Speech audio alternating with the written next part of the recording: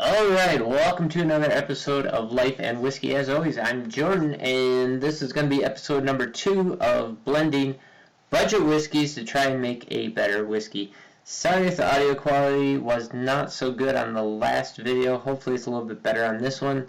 Still learning how to do all my settings and all that good stuff, so if it was crappy, I'm sorry. So just a refresher, what we're doing is we are taking the budget whiskeys that we bought, all of which were under $10 except for the Scoresby, which was $10 and change, and the Evan Williams Black Label, which was also $10 and change. Every single one of these is under $10 with the exception of those two. We were doing that during the COVID epidemic here, so that way we could try and save some money and see what kind of variety is out there and if there was any good whiskey to be had for under $10. And it is my opinion that there are several of these that would easily fall into an everyday drinker category, so go ahead and go out there and explore. So if you watched the last video, you'll know that what we did was try to take a flavor profile that we wanted, right? So I took a bourbon and I tried to make a bourbon that had this specific flavor characteristics. I'm going to continue that on in this episode. I took the samples that I didn't like in the last episode, and as I had mentioned, I thought I might do it, so I went ahead and did it. I took my Larceny bottle that was empty because I kind of like the shape of it and stuff. Made an infinity bottle out of it, so I dumped those mixes into here, and we'll see where that goes. In this episode, we're going to do another Scotch, and we're going to do a Canadian. Probably going to do the Canadian first. And what I'm going to use as my base profile is I want that shortbread cookie flavor that I found very heavily in the Northern Lights whiskey. And I want to take that and add to it a buttery caramel vanilla. So I'm going to start with the Northern Lights. I'm going to add some Scoresby, see where that gets me. And then if I need a little bit more vanilla, I'm going to go to this Kessler, which actually adds a very sweet vanilla flavor to, which I think will add a very sweet vanilla flavor to the mix. So let's start with those. So if you remember back, or if you didn't watch, go back, watch the Canadian Whiskey Budget Whiskey series. The Northern Lights by far was my favorite, and it was only $5 and I think 49 cents. If I'm not mistaken. Sorry, $5.49. It's sweet, smooth. It has like Girl Scout shortbread cookie.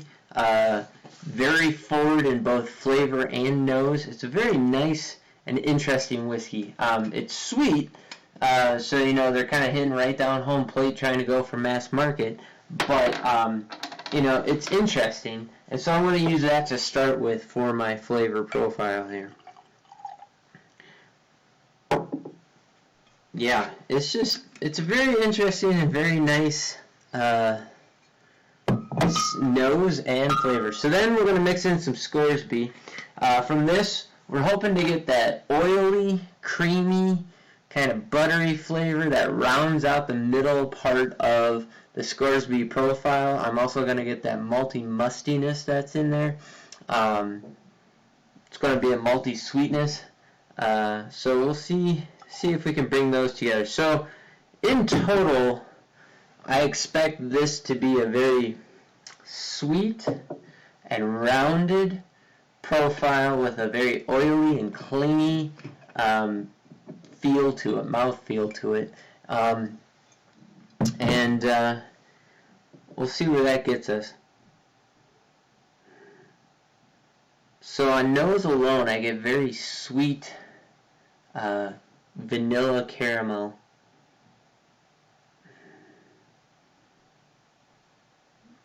And I know this hasn't married very long, but I just want to take a sip to see if I want to add that Kessler or not.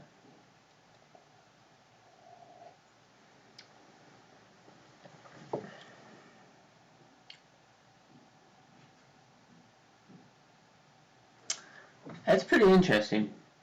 I'm going to add the Kessler, though, because I think it's going to add a little bit more of that vanilla sweetness to it, and a more forward position. But I like that one a lot so far. So I'm going to let this one sit for a couple of minutes, come back to it, see where that one ends up. For the last one, I'm going to take and make a scotch that is smoky, even though I don't have a whole lot of, like, none of these scotches have a lot of smoke to them, but there's just enough that I might be able to bring it out. My goal is going to be smoky with a butterscotch and an oak finish. So I found with several of these that the Ezra Brooks seem to be over the top on the oak. So may choose to maybe not go with that. Originally that was the plan. I think I might go with the Evan Williams. Or maybe the Old Crow. Let's see here. Let's start with the Scoresby. This is going to be my base. I'm going to use this to get that that Scotch maltiness into it. I'm actually going to go just pretty light for a base. We're not going to go too heavy on that. Then I'm going to go to the Lauders. This has a very butterscotch taste in the profile for me, so we're going to add that in there. And we're going to pick up the cap that I just dropped like an idiot. Alright. Then, we're going to add some of the Northern Lights here. So as I just got to talking about, it has that shortbread flavor in there, but it also has this buttery mouthfeel where it's kind of oily, clingy, really rounded. I think it's going to complement that mouthfeel that you get in the Scotch as well. And it's kind of hitting some of the same notes. So I think that one will go pretty good. And then, as I said, I was going to use the Ezra Brooks for the oak, but I think what I'm going to do is just a dash of Evan Williams Black Label for that oak. And actually, I think I'm going to take just a smidge. These are very precise measurements of the Old Crow as well.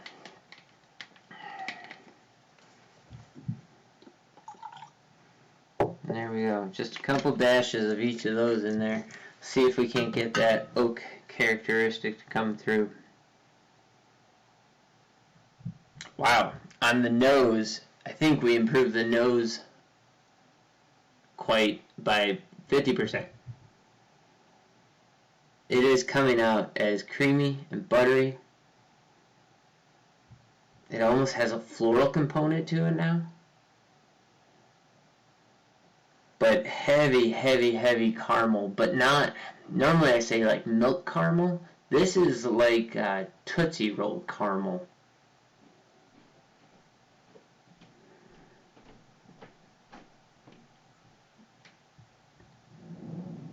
I like the smell of that one a lot. Alright, let's go back to my Canadian shortbread cookie with buttery caramel vanilla. And on the nose,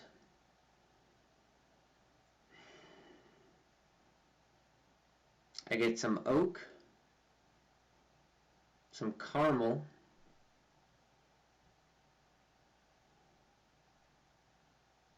and a little bit of vanilla. I don't get any of that shortbread.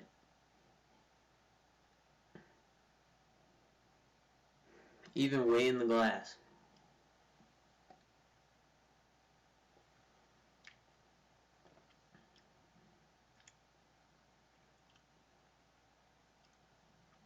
On the flavor though, I get malt forward, so it's got a bit of that Scotch flavor in there. It's sweet. The middle is where you find that sweet shortbread cookie note, and it's fairly prolonged. And then it moves into a vanilla and a caramel finish. So I think we kind of hit this one right on the head. I think it's right where I want it to be.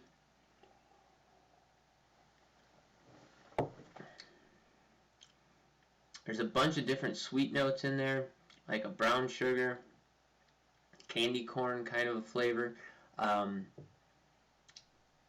Pretty good, and I even got some of that oak in there like I wanted, so that's a good mix. I like that one. I'm pretty happy with that.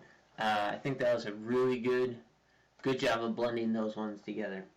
Alright, moving on. Going with the Scotch Smoky Butterscotch with an oak finish. That's what we're shooting for here.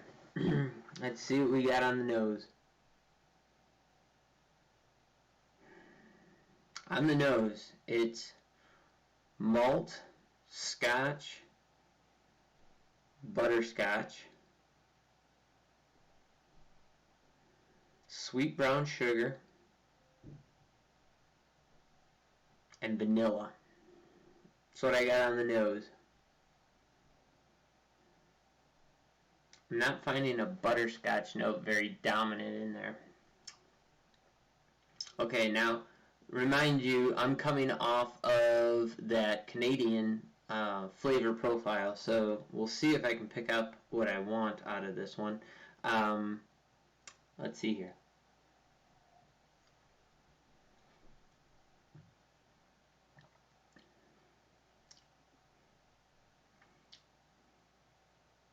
It's malty and oak forward, very oak forward.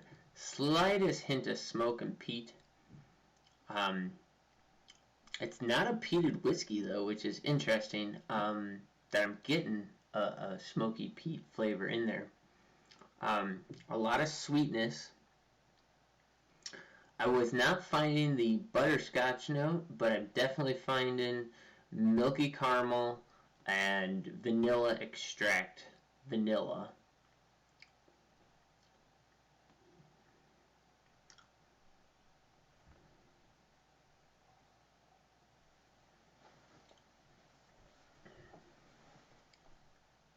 On the second go, very forward, I get the Northern Lights. I get that shortbread cookie note in there. And I think I got that butterscotch. It went shortbread cookie, butterscotch, into a smoky oak, like oak char note going past. So the second sip was completely different than the first. Going back to the nose, the nose didn't change at all. The nose stayed exactly the same. It's kind of faint. There's not a whole lot there. Third sip.